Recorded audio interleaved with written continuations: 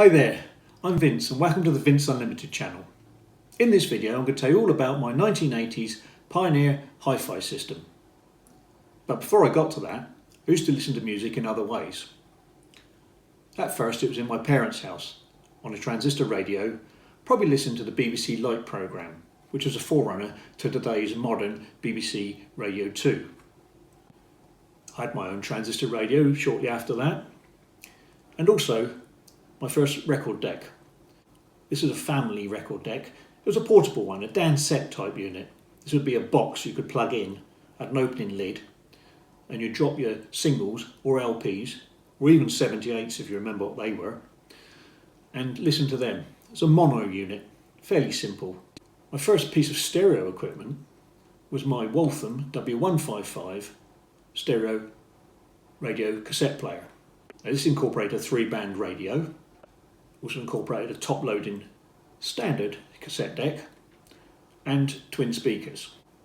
The best bit about it, other than the fact it was brand new and mine, was the fact it had a lovely blue display on it, and this gave the time. It also acted as a timer, so you could have a sleep function, so you could go to sleep listening to your music, or more probably you would use it as a wake-up timer, and it had a big snooze button on the top. This unit I had for quite a few years, but eventually the tape deck started to stretch. This was a bit of a problem because it sounded awful. I thought I'd try and solve this problem by adding some 3-in-1 oil. It didn't work, mainly because most of the gears were plastic anyway. It was really quite messy in there by the time I'd had to fiddle about with this. I really didn't know what I was doing. So I continued not knowing what I was doing by trying to add some talcum powder to dry it all up. That's pretty much the end of it. Moving on from there, and I'd moved on as well. In fact, I'd moved into a rather tatty room in a rather tatty house. It was a rental place, and I'd left my job. All very much fun and games, particularly with my new girlfriend Lynda, who would eventually become my wife and share our hi-fi buying experiences. But ignore the affection. Note the hi-fi system above us. In the top right you can see parts of an actual hi-fi system. This was the first true hi-fi system I had. It was given to me by my grandfather a few years earlier because he had no more use for it. In fact, in this particular photograph you can see the speaker sat behind me on the wall in my grandfather's house. It was part of a classic 1960s 3-piece sound system comprising sound source, amplification and speakers. The source was the record deck, a wooden box-based spinning platter, but I can't recall the make now and photos leave no clues. The amplifier, that was a Rogers Cadet III, which would have cost Grandad around £32 and 10 shillings, or approximately £280 today. It was actually a twin valve amplifier with a power output of about 10 watts for each valve. Once of course you had waited about 15 minutes for the valves to warm up. The speakers were a pair of solid Bowers & Wilkins DM5 twin driver units, and being well made performed very well for such a compact format. The estimated full system price would have been around £60, or about £570 in today's money. It was the early 80s when Lynda moved in with me, so we pooled her resources, and I was persuaded to get another job, which all meant we could afford to get another sound system. We did a bit of shopping around and bought our first, a classic Japanese stacked hi-fi system. We chose a matched component style system from Pioneer because we liked the looks. Here's a catalogue from a German equivalent. We discussed with the dealer what we wanted, which was of course the X990, but due to budget we ended up buying the X720, but wanted to upgrade to the X990 speakers. Although at first we had it in the tatty old rented room, we soon took it with us when we moved into our new apartment. Most people's hi-fi systems that we knew at the time were separate to the TV, sometimes in cabinets or dedicated vertical stands. But we didn't get the Pioneer stand, instead placing our matching components in and on a self-assembly TV and hi-fi unit, because it made the whole thing a nice centrepiece for our new apartment, placing it as we did alongside our small portable NEC colour TV. The system comprised of the direct drive Pioneer record deck, which would be positioned next to the TV so the lid could be raised to accept the vinyl offerings. Under the TV we placed the massive oversized 3-band tuner, which gave us options of FM, AM and shortwave bands. Next to that, the heart of the system, the 65 watt per channel stereo amplifier. Then under that the timer, which itself was sat on top of the cassette deck. The cassette player and recorder featured the latest in noise reduction technology, Dolby B, which efficiently suppressed the natural hiss of the tape flowing through the spools, but not the desired noise of heavy metal rock music. Also featured metal tape playing ability, again a reference to the tape chemical composition, not the music it had encoded. And at the bottom of the unit we placed a 7-band stereographic equaliser.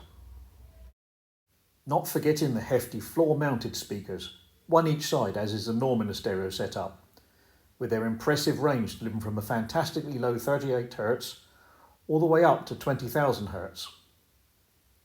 So, how did it perform? Every day, not just on Lynda's birthday, of course. For a start, the TV had no external audio out connection, so it wasn't connected at all to the sound system, so it wasn't a true AV system, just a telly and an adjacent hi-fi. The power the Pioneer provided and the sound it produced was far better than any other system our family and friends had. We were proud to show it off.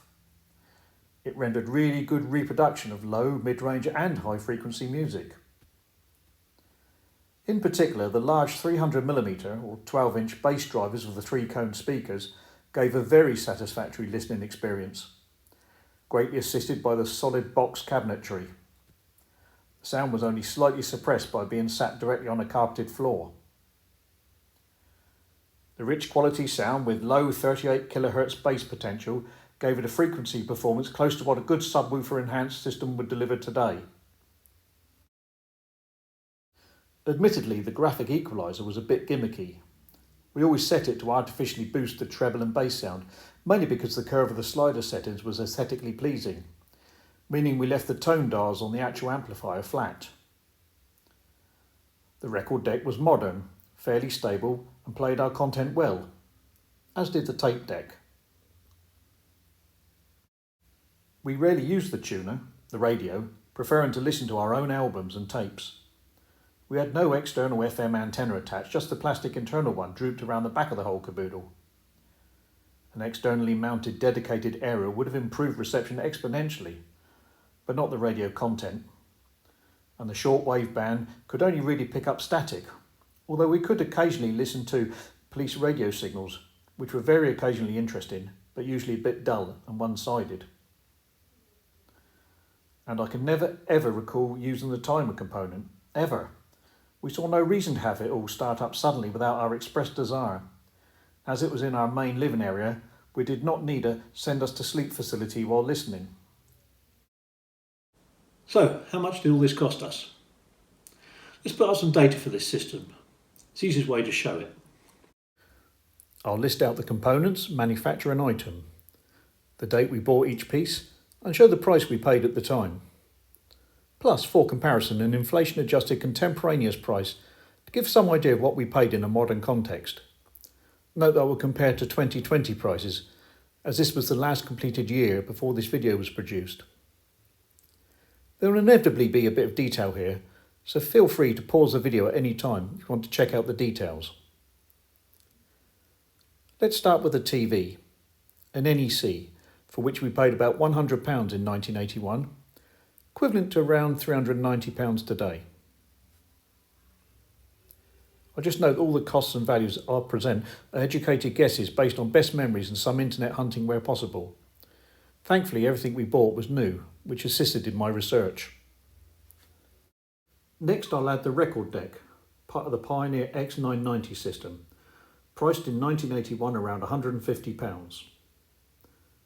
Then the full DIN-sized tuner, a Pioneer TX-720, a high price as I recall for a simple 3-band tuner, particularly given that it was rarely used, although in fairness that wasn't Pioneer's fault.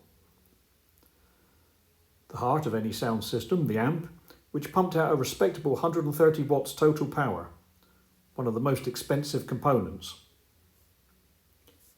We had the timer, the cheapest component, because it was part of the kit, but didn't make any use of it. In comparison, the cassette deck was used quite a lot, This had a particularly lovely damped door mechanism, not just jumping out at you like it just stepped on a nail in open-toed sandals. The graphic equaliser had 7 frequency sliders for each channel, and every one featured a little blue neon, which made it look great in a darkened room. We were really impressed by the speaker's sound when auditioning them, unsurprising given the 38 to 20,000 Hz range. Add on some for the interconnects, which is mainly a bit of flat speaker cabling because for the components we use the manufacturer supplied interconnects to wire it all together.